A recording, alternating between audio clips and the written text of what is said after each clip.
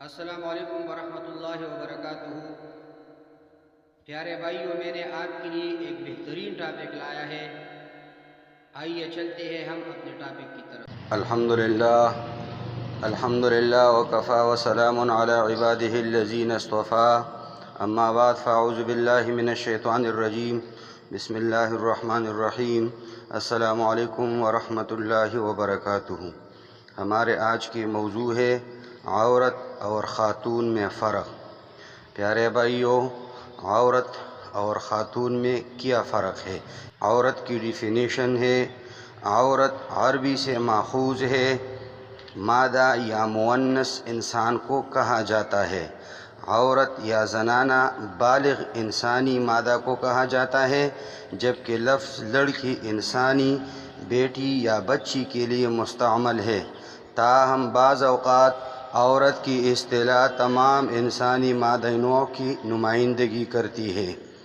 عورت کے اردو معنی بیوی، زوجہ، اہلیہ، گھر والی، زن، اس کو عورت کہتے ہیں۔ یہ عورت کی معنی ہے۔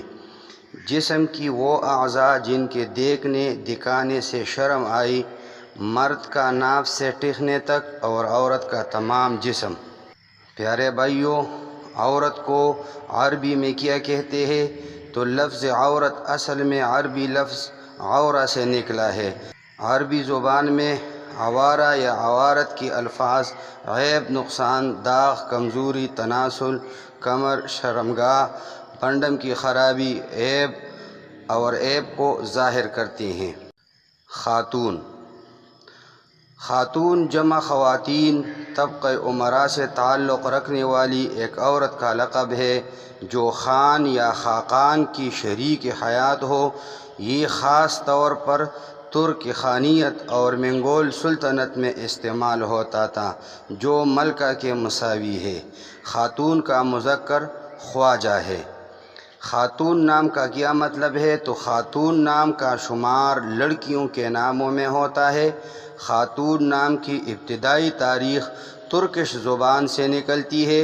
خاتون نام کا مطلب ایک شریف عورت، لیڈی، بیوی، امیر گھر کی عورت، ملکہ ہے، جبکہ خوش قسمت دنوں میں اتوار، منگل شامل ہے۔ خوش قسمت والی دھاتوں میں ہندسوں کے حساب سے تانبا شامل ہے۔